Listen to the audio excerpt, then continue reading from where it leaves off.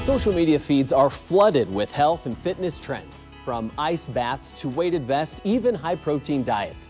But which claims are backed by science and which are just hype? Tonight on Health Matters, separating fact from fiction in the world of viral wellness trends.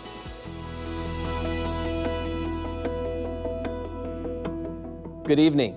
I'm Aaron Luna. From TikTok to Instagram, health and fitness influencers are promoting everything from creatine supplements to dunking yourself in nearly freezing water. Ice bath will improve your mental health. Millions of views and testimonials driving people to try the latest wellness craze. But are these trends safe and effective or potentially harmful?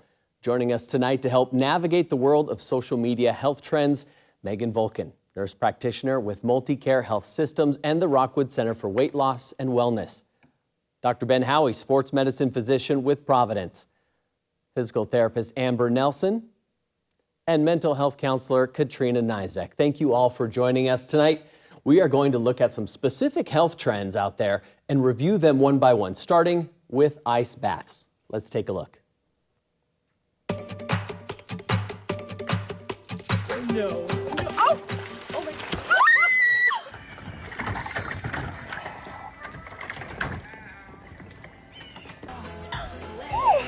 Very chilly. Yay! Good morning, guys. It's day 844 of taking an ice bath every single day. That's the reason why an ice bath will improve your mental health. Doing the ice bath is a giant test of your nervous system. If you get in and you freak out, you failed. I have to admit, this is one I've definitely tried. Here are some of the claims being made about the benefits. Influencers saying ice baths reduce inflammation and speed up muscle recovery, that it promotes weight loss by boosting your metabolism, and that plunging can even reduce the symptoms of depression and anxiety. Amber, let's start with you on this topic. Is there any validity to claims that ice baths can improve recovery? And if there are benefits, what are they? I think it depends on what you're trying to do. So as with everything, you have to take these things with a grain of salt. So if you're a runner who's out there, or you're somebody who's doing double days and that is something that feels good to you, it can help. If you're out there weightlifting and you're trying to increase your muscle building, it's actually not helpful. I think you have to be careful with the ice baths because there's some potential dangers as far as heart rates and worrying about like the things you need to probably check with your doctor before you start to do any type of new activity. But as far as going out there and for recovery, if you like it and your doctor said, hey, this is okay, I think it can be fine. If you're not something that you want to do, then there's other things that you can go do that could be more beneficial. Sure. Katrina, there's some mental health claims here as well. We heard it in the video, people claiming it's a test for your nervous system, that it can ease depression and anxiety. How can it impact your mental health, if that's even a thing? So the benefit to something like a cold plunge is that it does increase your dopamine and your norepinephrine, which creates a mild alleviation of symptoms, anxiety, and depression. However, it's not like something, one of the claims is that it's very helpful for folks with ADHD. It's not like something taking a stimulant like Adderall will help you for an extended time period. So the benefits are limited and short in nature. The basic response that happens is based on your mammalian dive reflex, which is a survival response. So you get in the cold water and your body decides we want to survive. So we're going to vasoconstrict all your blood to your primary organs. And so you do have our lessening of inflammation is things that people like to say. However, that is going to be driving on your fear response and can actually stress out your nervous system. The other thing in that social media clip that jumped out to me is someone saying, if you can't do this, you are failing. And I think that's the big thing with a lot of these trends. It's a very all or nothing, win or lose, with no nuance or consideration for different bodies, different stress responses. If you are someone who, for instance, has like active PTSD, putting your body into a stress response like that can be incredibly negatively affecting to your overall mental health, we'll say. Amber, Dr. Howie, weigh in on this one. Are there safety concerns with ice baths? Can you have too cold for too long? Start with Yeah, for sure. I think if you're somebody that has some sort of heart issue, high blood pressure, poor circulation, it's not something you want to just jump in and do. You want to check with your doctor first. And of course, you could get hypothermia if you stay in there forever. So I guess be smart about it. What temperature are we looking at when we talk about hypothermia? Well, it's above freezing. So usually these cold plunges anywhere from 40 to 60 degrees, and you can get hypothermic pretty quick in that. So most cold plunges are 3 to 5 minutes, so it's not that long, and you're pretty safe on that front. But people could say, "Hey, this is good. I should just do it for more. It's going to be better," and you got to be careful. Let's do colder and let's do longer, Yep. and I'm going to impress my friends right now. Yeah, and I think that gets into, if you're going to cold plunge, do it with a friend. It's something that you want to make sure there's some safety nets in there because of that shock to your system as you're jumping in. And that is a good thing to just make sure that you've got somebody there who could be there in case it goes, It's a good point. like your body doesn't respond. Megan?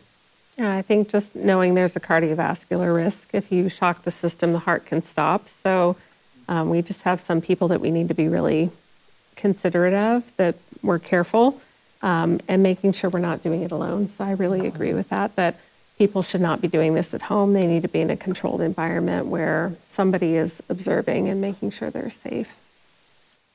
Well, if you're doing it on TikTok, people are watching, and that's the whole point. Your fans will come get Your you. fans will I come hope get you. so, yeah. Thank you.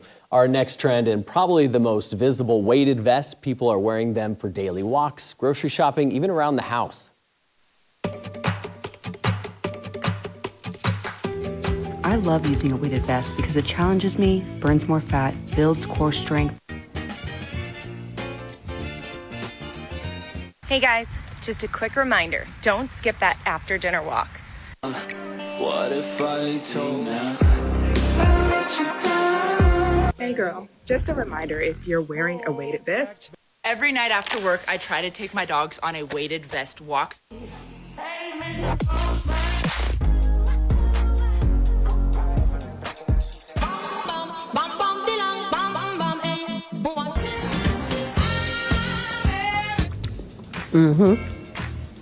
Now that's what I'm talking about. When you're walking, you're going to feel this a lot more. Get out there and do something today. Well, the claims are pretty impressive. Accelerated weight loss, better bone density, improved cardiovascular fitness. Dr. Howie, what's the reality here? Are any of these claims accurate? I think the one benefit could be, if you do walk with the weighted vest, it could increase your heart rate a little more than you normally would. So cardiovascularly might help a little bit. Otherwise, for the strength or muscle, it does not help. And so you would do way better to do focused resistance training, which in my view is 100% more important than a weighted vest. But I think for the cardio part, it could help a little bit. But I really like to encourage people in things that are simple, safe, tried and tested. And so I'd rather people just go for a walk. And if you're really good at walking and you need something a little harder, then okay, go for it. Then you can bump it up a notch. And Megan, can you speak to the claims that weighted vests can aid in weight loss?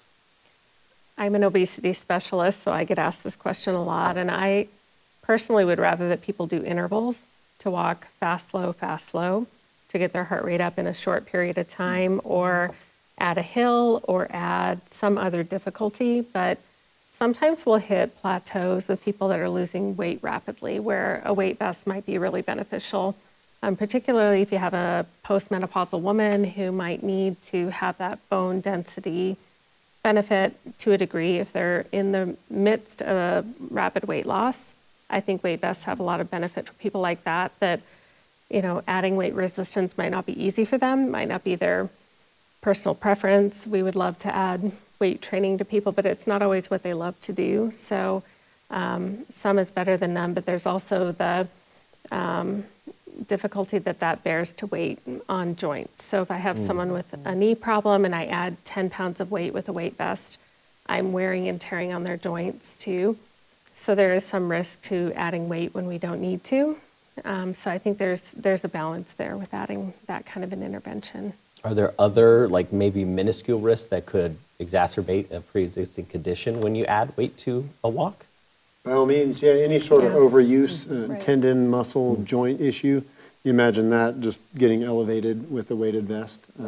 Think about too, it's just, some people it's not comfortable, a lot of pressure on the shoulders, hard to breathe or get full breaths, sometimes depending what type you have on, but certainly are risks with it. So that's why I like to stick with simple. You don't need one. Mm-hmm. Another health trend, high protein diets, from extra high protein recipes to protein forward shopping lists and even food labels declaring how much protein they have per serving.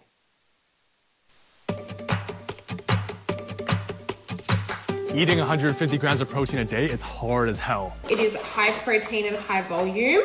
If you're trying to lose weight, let me show you an example day of eating with 150 grams of protein. Protein is such an important macronutrient, and most of us are not eating enough. If you're trying to lose weight, let me show you an example full day of eating with 150 grams of protein. You should be getting about 0.7 to 1 grams of protein per pound of body weight. Okay, protein is one of the most important things you need to be eating enough of every single day if you have a goal of weight loss in mind.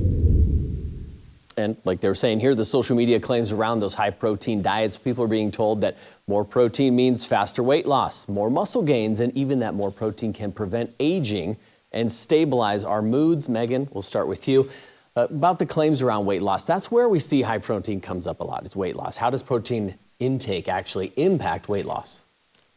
I work with 4 dietitians, so I'm going to get hammered if I say this wrong.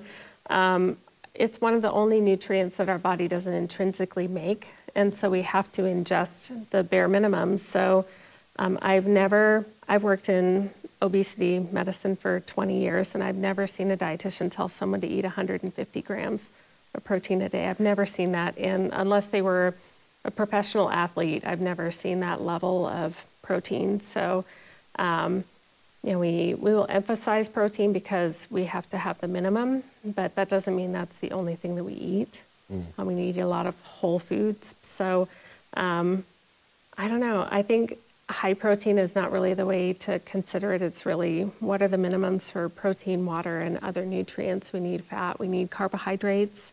Our culture's really swung from a no fat to high fat, and then it really changes. I've been here for long enough that the pendulum swings, and it never benefits people. When we go to keto, and we go to Atkins, and we go to the non-fat. I was around in the 80s when we had no fat, and that was really a mistake, and it really hurt a lot of people. So I think we're finding this kind of middle ground that we need to eat all nutrients to the level of minimums to be healthy.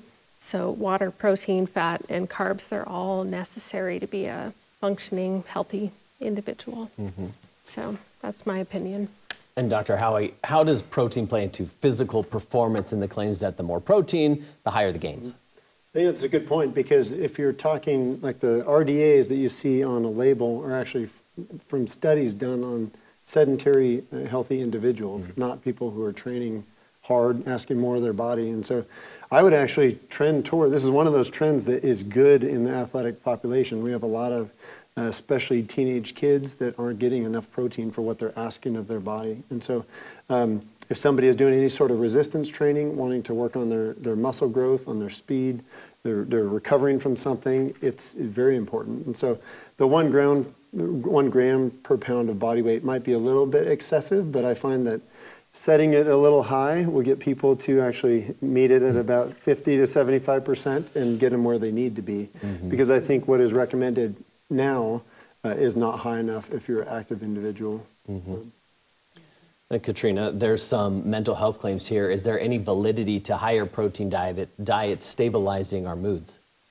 I have not dug deep into the research in terms of mood stabilization, but I do work with folks with eating disorders, and whenever we have that pendulum swing into any extremity of diet, that's when I start to get concerned. If we start putting moral or social value, we'll notice that a lot of these clips are based in men's and women's specifically. For women, it's always weight loss geared, and for men, it's typically based in athletic performance. And so my nervousness with food trends, especially when we're saying all fat, all protein, something like the caveman diet that was really big during the pandemic for men eating like raw liver, phasing into this where now women are getting kind of the leftovers of high protein, starts to make me a little bit nervous in terms of, are we verging into a disordered relationship with our food? We're neglecting fats, we're neglecting fiber, we're neglecting other factors. Yeah. We talked about hitting the minimums and probably not necessarily the need for any excess. Is there a point where you might see excess protein actually being harmful? Yeah. So if somebody has kidney issues, I think is the big thing. And if somebody is really trying to hit their protein goal and they eat a bunch of processed junk, I think that puts them at risk as well. And so I really try to push people to do whole foods, things that they could get from the store that aren't in a package, and finding ways that they can keep that intake up and is cheap, affordable, and that they can keep doing, not just slamming a bunch of shakes and bars all day just to get to that number.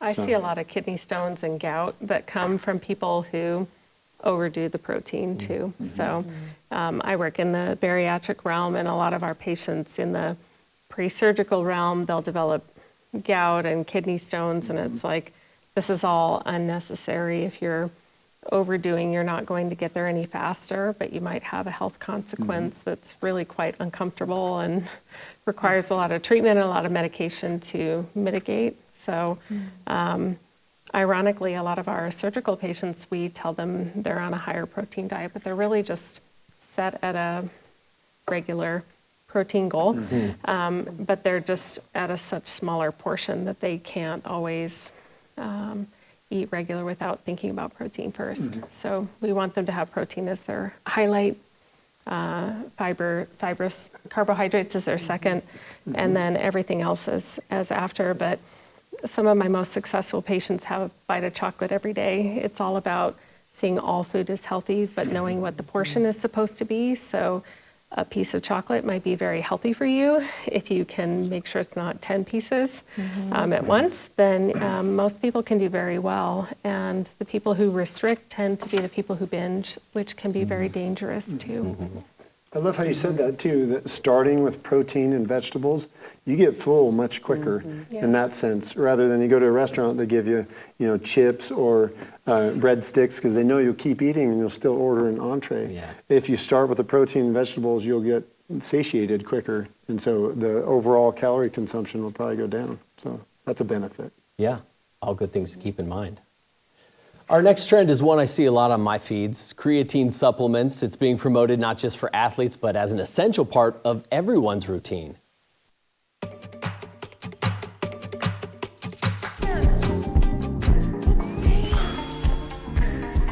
Boost performance, strength gains, improve recovery, increase lean body mass, boost energy, improve cognitive function. A new study reveals just how powerful creatine, just like we have in Smart Creatine Plus. More creatine in your muscles allows you to train or perform harder and for longer. Here are the top reasons why you, as a woman especially, should be taking creatine. And this is me after another 2.5 months of bodybuilding, this time with creatine. Hey, it's Dr. Balduzzi. Creatine is one of the best supplements on the planet, and here's exactly how to take it properly. Well, here are the claims being made: build muscle mass, support recovery, enhance athletic performance, boost energy. Who doesn't want that? And it's improved cognitive function and memory. It's also being said it's one of the most researched and therefore the safest supplements on the market. Dr. Howe, I want to start with you on this one. I know you were excited to talk about this. First, what is creatine? Is it truly as researched as people are claiming? So what is it? So it's one of the, so your body actually can make it from proteins that you actually get. What it does, it converts ADP to ATP. ATP is like our energy fuel that we use in our brain and our muscles everywhere. And so supplementing with that allows that process to happen a little better. And so it is one of the most researched supplements, and so it's been around for a long time, and it's thousands of studies on it. So that part is actually true. And there are some pretty good studies showing some benefit to specific things. You mentioned a couple. So strength, power, and recovery in active individuals. Some newer stuff too coming out with the cognitive benefits potentially. As we age, potentially being a help, or even after concussions, I've seen, and actually started adding that on occasionally, because the brain is very metabolically active and it needs that energy, especially after an injury. So there's a lot of more to be done, but I think in some sense, at least in the physical performance aspect, it is pretty good data, and it's pretty cheap and available in general, and I like that. It'd be one of those commercials had a special kind of creatine. You don't need that. Just straight up creatine phosphate. That's it. If they say it's better, it's not. It's all kind of be the careful. same. Yeah. What should people expect when they start taking this stuff? I mean, is there an immediate reaction, or what should people look for to see if they're, benefiting from a supplement? Sure. I think most would notice about 5 to 10% increase in strength. So that might be something to note. A couple pounds of weight gain, which is actually fluid in the muscle, not necessarily in your subcutaneous tissues, going to make you feel puffy and things like that. That's one of the things I hear frequently. But so strength and performance, I think, is where you notice it. And all these things are like minimal improvement, right? Right. If somebody is not taking care of the pillars of staying physically active, eating well, sleeping well, having beneficial relationships, don't waste your time on these things. But if you are already and you want a little boost, okay, this is a decent one. You're saying there's no simple fix. I get asked this a lot, like what dosage should I take? And I think it's really important that we delineate in medicine that we don't have dosages necessarily on a supplement that is not researched. So in the United States, they're not regulated like a medication. So I can't prescribe how much creatine for my patient to take. So when I have someone who asks me, I'm like, do one thing at a time, because I can't tell you if what you're taking is safe or not. You might take 500 from one and 1,000 from another, and they're telling you they're equivocal and similar.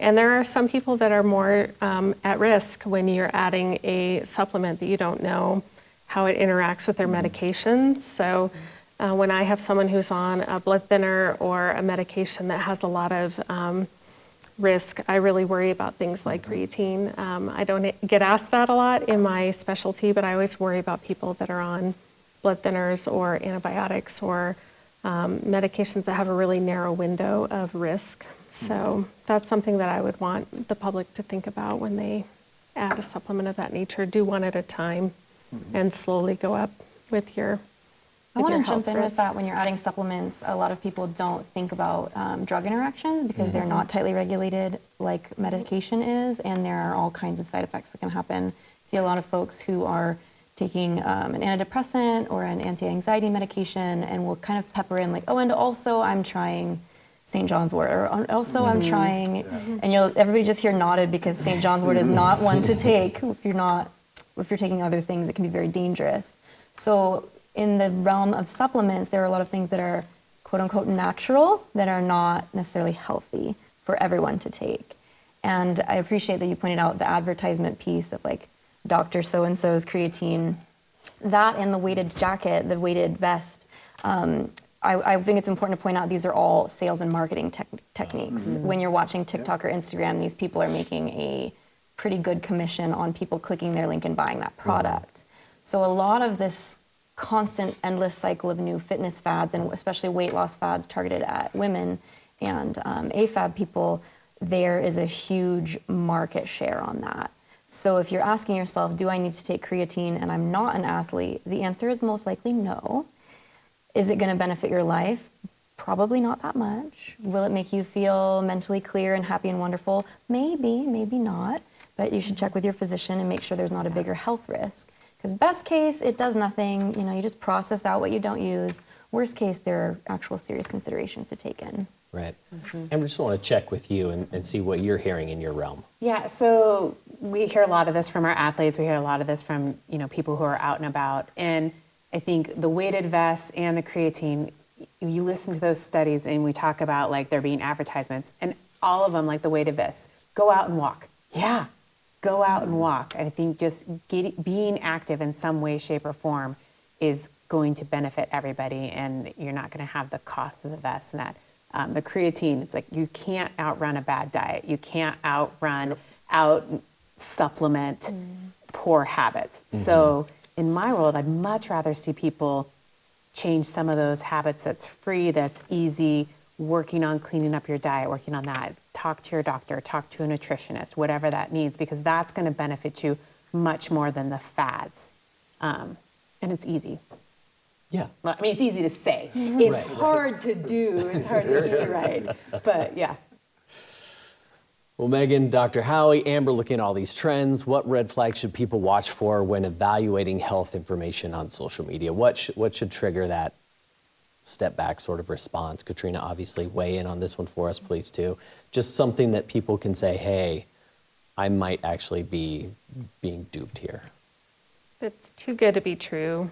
I would really weigh into that. And when I was asked to come to this, I was reflecting on a recent one that I fell prey to that I might reference just because it was funny. There was a TikTok that talked about preserving avocados in your refrigerator in water. And I was like, I love avocados. This is great. I love them, and I hate that I throw them away black. And then I saw warnings from the FDA about listeria, and they were like, if you want to poop your brains out, you can do that. And I felt really foolish that I fell prey to that. And I am a very experienced clinician in a weight management realm, and I fell prey to a TikTok where we think about people that don't work in the health field where they might not look it up after. And I looked it up before I did that to my family.